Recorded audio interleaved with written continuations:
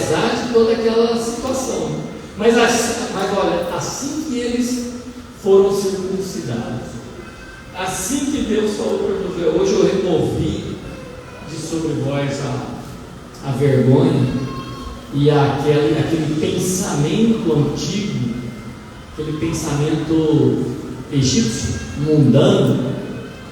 Aí então eles celebraram a Páscoa acampados ali na colina, né, de Gilgal. Comeram da Páscoa, comeram o grão tostado, o pão sem fermento, e aí no dia seguinte, assim, então eles participaram da Páscoa, e no dia seguinte eles comeram do fruto da terra. Ou seja, eles começaram a entrar de fato, tomar posse daquilo que era Deus. E aí mudou de nível. Aí diz que daquele dia em diante, nunca mais eles tiveram o maná que sustentou eles durante tanto tempo. Por quê? Porque aí eles estavam na terra, aí eles estavam naquilo que Deus prometeu para eles durante anos, e preparou para que Moisés e outros anciãos ajudassem, que o povo fosse sendo conduzido e tal. E aí depois Josué. Então aí eles começaram a desfrutar daquilo que estava no coração de Deus para eles, né? E ao comer do fruto, né, então Deus encerrou uma etapa. Queremos entrar nesse novo que Deus preparou, queremos ser livres toda essa imoralidade, inverdade, injustiça, né? Toda a maldade que há, né, no homem natural. Então nós precisamos permitir que o Senhor circuncide o nosso coração, que Ele complete essa obra, né? Na verdade, Ele já morreu por nós há 2000 anos, mas você, nós precisamos permitir que aquilo que Ele fez alcance o nosso coração, alcance a nossa vida. Nós vamos pegar o sangue dele e selar as nossas vidas, e dizer: Senhor, eu sou livre de todo o opróbrio, toda a vergonha do Egito, de toda forma antiga de pensar. Eu não quero pensar como o mundo pensa, eu não quero ser regido por essas coisas que o mundo está sendo regido, por esse pensamento que está no mundo. Romanos 12 fala: transformai-vos pela renovação da vossa mente, para que vocês possam experimentar a boa, agradável e a perfeita vontade de Deus para vós. Transformai-vos. E Paulo fala assim: eu rogo a vocês, eu imploro a vocês, né, para que vocês se ofereçam como sacrifício vivo e que vocês mudem a maneira de vocês pensarem. Às vezes eu fico olhando para nós e para mim mesmo e falo assim: eu ainda estou pensando muito como escravo, né? Eu estou pensando muito como as pessoas do mundo. Ainda parece que alguma coisa ainda faz a gente ficar amarrado a certas coisas. E aí depois, quando você chega, você vai profetizar, você fala assim: eu não vou profetizar porque aconteceu isso, né? Porque eu fiquei bravo com meu filho, com a minha mulher, fiquei bravo com meu irmão, eu guardei rancor, né, no meu coração e tal. Aí você é limitado, eu sou limitado para entrar na posse da herança, porque a gente ainda está lembrando daquelas coisas, né? Mas Paulo falou: vamos ser mudados, vamos ser transformados pela renovação da nossa mente. Foi isso que Deus fez com eles aqui quando eles estavam diante da promessa deles. Eu vim, né, para essa Páscoa, para a determinação de que essa seja uma Páscoa que esse versículo 9 se cumpra na nossa vida, que o Senhor possa remover. Nós já ouvimos isso outras vezes, mas só que é um processo, né? Então Deus já removeu muitas coisas de nós, mas parece que ainda algumas coisas Ele precisa remover ainda por completo, ou não? Será que eu já vivo com um pensamento completamente novo? Com os pensamentos de Deus.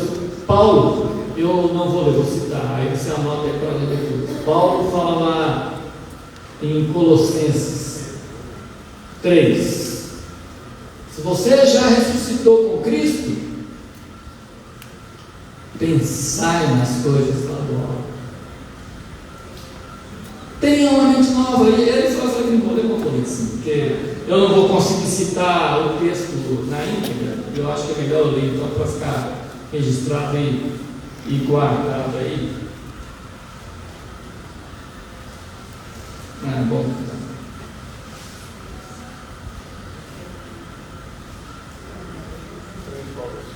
Eu vou ler, antes de ler o 3, eu vou ler o 2:20.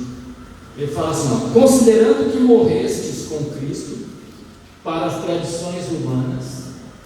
Eu não quero ser guiado por tradição humana, pensamento humano e a falsa religiosidade desse mundo, porque esse mundo que nós vivemos é extremamente religioso, mas é uma religião que falsa para sugar a vida das pessoas e para tirar delas a promessa que Deus fez.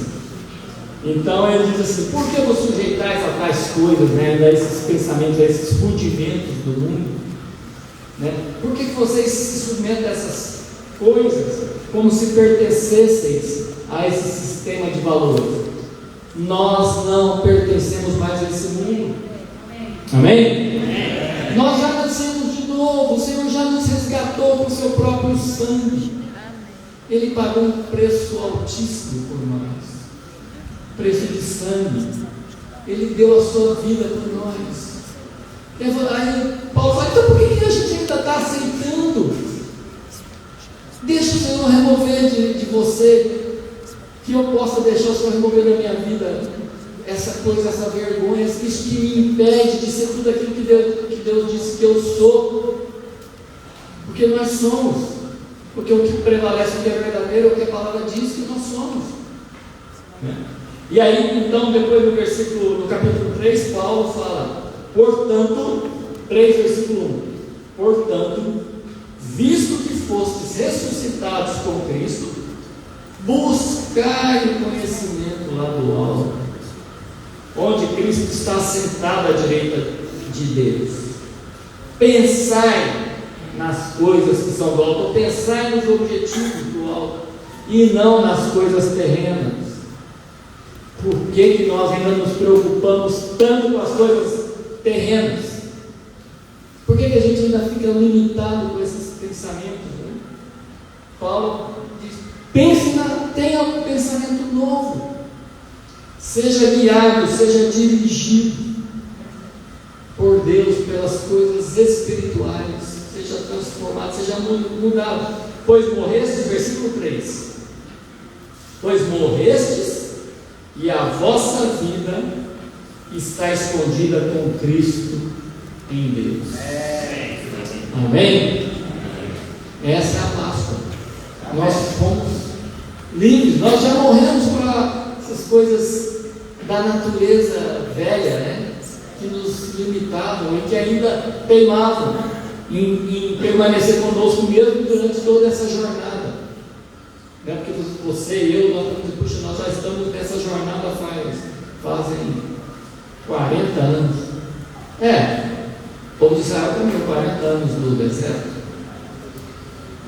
E aí, quando eles foram tomar posse da terra, Deus teve que ainda fazer algo que completasse a obra. Eu penso que Deus ainda precisa completar algumas coisas na minha vida. Algumas coisas eu estou sendo muito generoso comigo, eu estou sendo bonzinho comigo, sabe? Não é algumas coisas. Deus precisa mudar muita coisa. Quantas vezes a incredulidade foi falada, a desobediência? Eu citei, acho que lá em Brasília, que assim, acho que tem um versículo aqui que fala assim: porque eles não entraram, porque eles desobedeceram. Há um texto lá que fala que eles morreram no deserto, mas é que eles morreram no deserto porque eles desobedeceram. Mas porque eles pecaram, o povo fala aqui, porque eles pecaram contra o Senhor. Deixa eu ver aqui.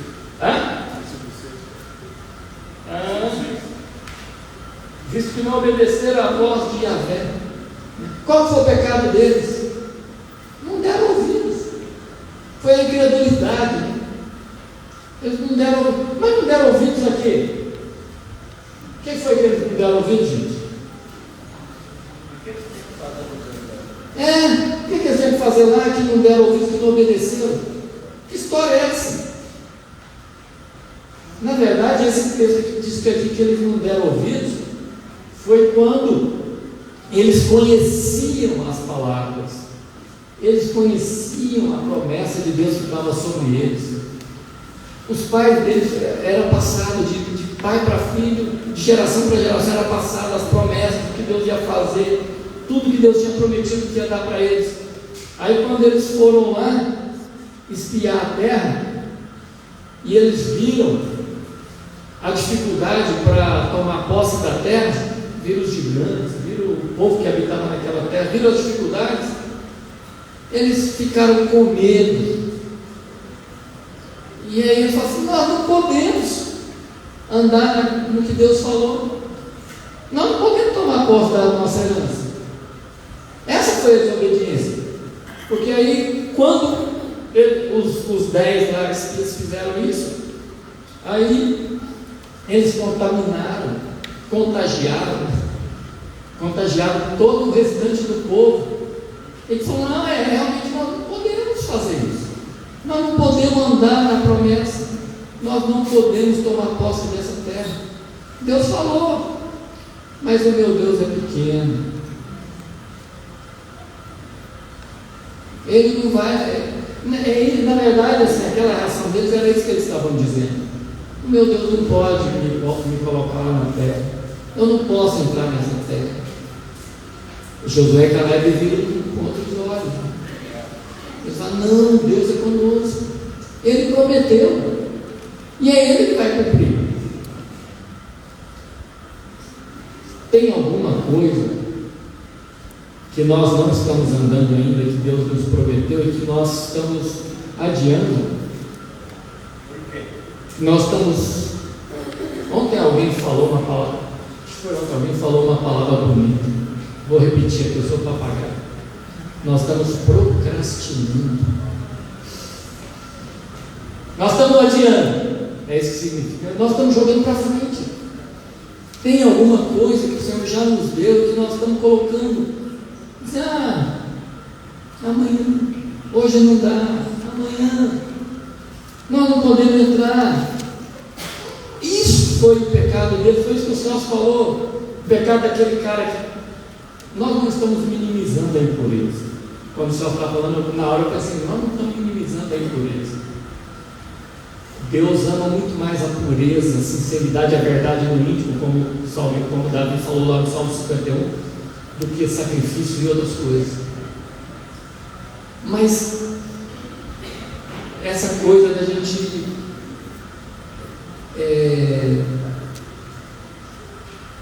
diminuir a grandeza do nosso Deus, de nós diminuirmos o tamanho da nossa herança, da promessa que Deus nos deu. Isso é terrível, gente. E olha que muitas vezes a gente faz isso. A gente fica deixando para amanhã. Amanhã. Não, é hoje. Hoje o Senhor quer que a gente ande naquilo que nós temos recebido dele. Senhor, mas o meu irmão, que tem com o seu irmão, anda você. Ande eu. Em vez de ficar apontando, falando: mas o casal bom ele não fez, ele não me ajudou, ele não mandou, ele ficou de me mandar aquela palavra que ele me ajudou, ele não mandou.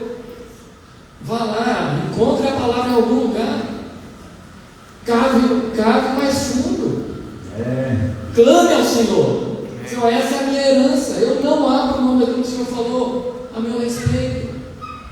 Se ninguém mais andar, eu vou andar, Senhor. Se mais nenhum homem cumprir a palavra que o Senhor deu sobre a vida dele, eu vou cumprir sobre a minha vida. Foi isso que Josué falou lá no final, né? Depois de vencer tantas nações, ele chamou o povo de Israel e falou assim: ó, eu não sei vocês, mas eu e a minha casa, eu tenho uma aliança com Deus. Eu e a minha casa, nós vamos prosseguir, nós vamos continuar servindo ao Senhor. Nós não queremos outros deuses, não queremos outros senhores sobre a nossa casa, sobre a nossa vida. Às vezes a gente está permitindo que outras coisas sejam o Senhor sobre a nossa vida. A incredulidade, o medo, a injustiça, sei lá, a vergonha, né, do Egito, a vergonha das pessoas. Mas o que vão falar de mim? O que as pessoas do mundo vão pensar a meu respeito? Que os meus colegas, sei lá, de trabalho, né, o meu vizinho, o que vão pensar? Não importa o que as pessoas vão pensar. Importa que você tem uma promessa de Deus para andar, você tem uma palavra de Deus para andar nela. E essa palavra, ela não está sobre o céu, não está sobre o Carlinhos, ela está sobre você. Quer dizer, eu tenho uma promessa também, que é a mesma sua, entendeu? Mas o que eu quero dizer assim, é que independente, embora Deus coloque os irmãos ao nosso redor para nos ajudar, Ele levante, né, pessoas, ministérios, homens de Deus para nos ajudar, mas o requerer a promessa cabe a você, cabe a mim, cabe a cada um de nós. Eu vou encerrar, né? Lá em Brasil eu falei algumas outras coisas, aliás, várias outras coisas, mas eu vou encerrar aqui só falando o seguinte: já que eu citei o exemplo de Josué e Caleb, vou voltar para Josué e Caleb, o exemplo deles. 12 espias viram a mesma terra, observaram, espiaram a mesma terra, viram o fruto da terra, contemplaram a herança do Senhor prometida a Israel. 12 contemplaram o que Deus tinha falado. Se Josué e Caleb tivessem falado assim: não, como tem esses outros aí, não estão vendo como nós, então vamos com eles, vamos falar a mesma coisa que eles estão falando. Eles tinham ficado no deserto também, tinham perecido, morrido no deserto sem entrar na herança do Senhor. Mas eles se recusaram e falaram: não, o meu Deus não vai permitir que eu não seja vitorioso ao entrar nessa terra, que eu não consiga andar no cumprimento da herança, da promessa. Essa promessa é minha, eles falaram. O nosso Deus, Ele vai entregar cada um desses gigantes, desse povo nas nossas mãos, porque Ele nos deu essa terra, gente. Ele falou que a terra é nossa, então essa terra é minha, eu não abro mão dela. E essa atitude, por isso que eu estou dizendo assim, que todos nós temos a promessa, do menor ao maior, do presbítero, do ministério fundamental, do presbítero, do diácono, às criancinhas, aos pequeninos, todos temos a mesma promessa. Mas eles, né, então Josué e Caleb, eles falam: essa promessa é minha, eu não abro mão dela. E eles entraram, Deus proveu para que eles entrassem no cumprimento daquela promessa que Ele tinha feito para o povo, para Abraão e para todos os patriarcas. A forma como nós nos colocamos diante do que Deus tem nos dado nesses últimos anos determina se nós entramos ou não no cumprimento da promessa. Nós podemos andar em muito menos do que Deus prometeu e nos deu. A palavra que nós temos, o arcabouço de palavras, de ensinamento que nós temos é algo grandioso que eu acho que a gente nunca viu e que a gente não consegue dimensionar a grandiosidade do ensinamento e da palavra que nós temos recebido e dessa promessa que Deus nos deu com respeito ao reino e esses dias que nós vivemos. Mas nós podemos nos conformar e dizer assim: não, tá bom, eu posso ficar aquém do Jordão, eu não preciso atravessar, aqui do lado de cá tá bom, né? Isso aqui me basta. Ou você pode reivindicar a herança, a terra prometida, o que Deus te prometeu, e que foi isso que Josué e Caleb fizeram. Então eles entraram. Mas o que eu queria deixar, apesar de ter toda essa questão, é assim, é porque essa é a nossa Páscoa. É a Páscoa que você e que eu, que nós somos mudados. Como eu falei, a Páscoa, essa Páscoa, nem vou falar a Páscoa, mas essa Páscoa que nós estamos vivendo, é a provisão de Deus para nós entrarmos no cumprimento da nossa herança.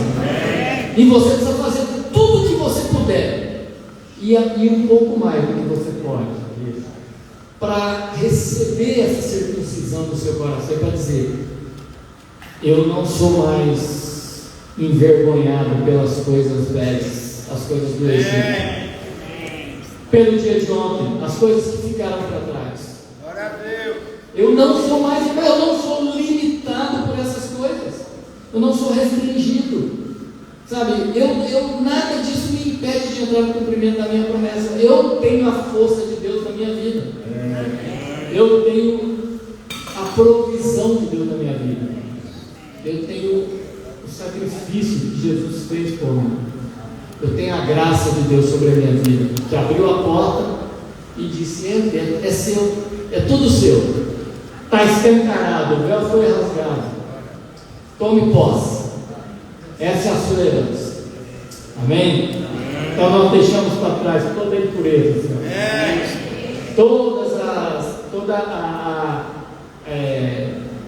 Todo vacilar, toda dúvida, igual a Israel: mas eu estou com fome. Todo vacilar fica para trás, todo temor de que algo possa dar errado. Não, nós não temos medo, nós sabemos que o nosso comandante está na nossa frente. É Ele que está fazendo, é Ele que está adiante de nós. Josué era o ministério de Cristo à frente do povo de Israel. É Jesus que está à nossa frente, é o nosso comandante, Ele está no comando. E Ele se levantou no final do capítulo 5. Aí o Josué se depara lá com aquele comandante do exército, e aquilo lá Deus estava dizendo para Josué: ó, o exército já está aí ao teu lado, pode tomar posse da terra. Porque o comandante falou para Josué lá, o anjo falou para Josué: eu sou o comandante das tropas do Senhor, e eu estou aqui, era tipo assim, eu estou aqui para assegurar que vocês tomem posse da terra. Amém. E que entrem no cumprimento de toda a herança. O próprio Jesus, o próprio Senhor está à nossa frente. Amém. E o exército dele já está à nossa disposição para nos ajudar a entrar no cumprimento e na posse da nossa herança. Amém? Amém. Está na nossa frente como uma espada apontada sobre o fim do meu. Então, fica esperto. E é a circuncisão. A circuncisão é a palavra, né? É a palavra. Não pode ser negligenciado, né? Só sobre a circuncisão, a quem não sabe, foi um sinal, uma marca. Quando Deus prometeu a Abraão tudo aquilo, né?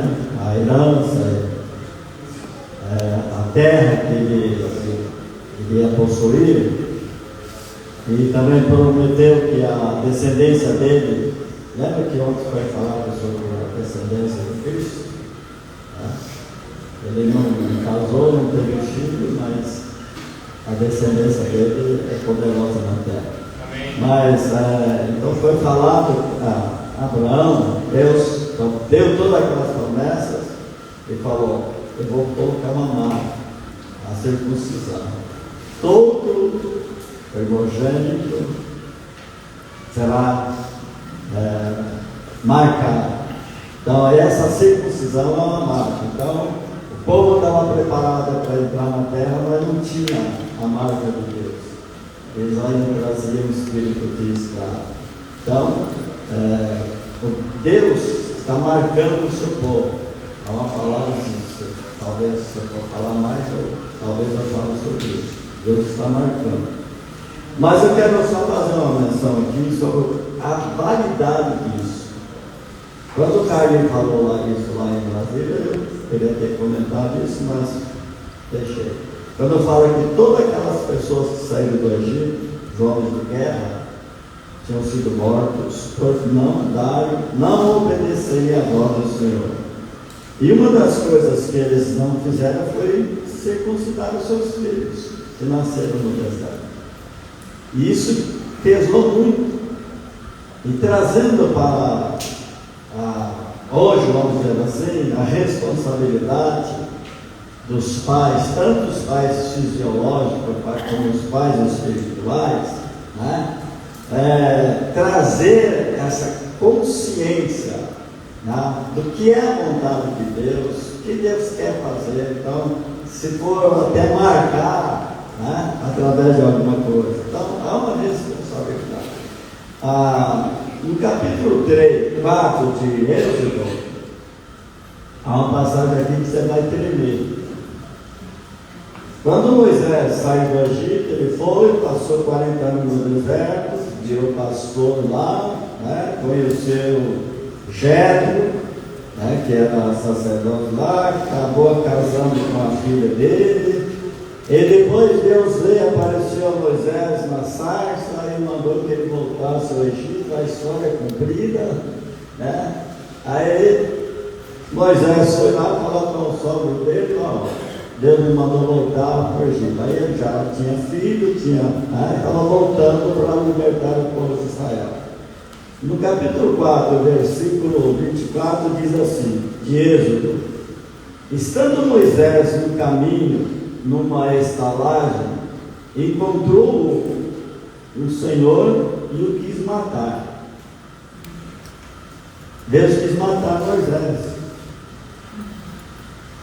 Deus tinha mandado ele voltar para o Egito lá, para libertar o povo, deu todas as instruções, né?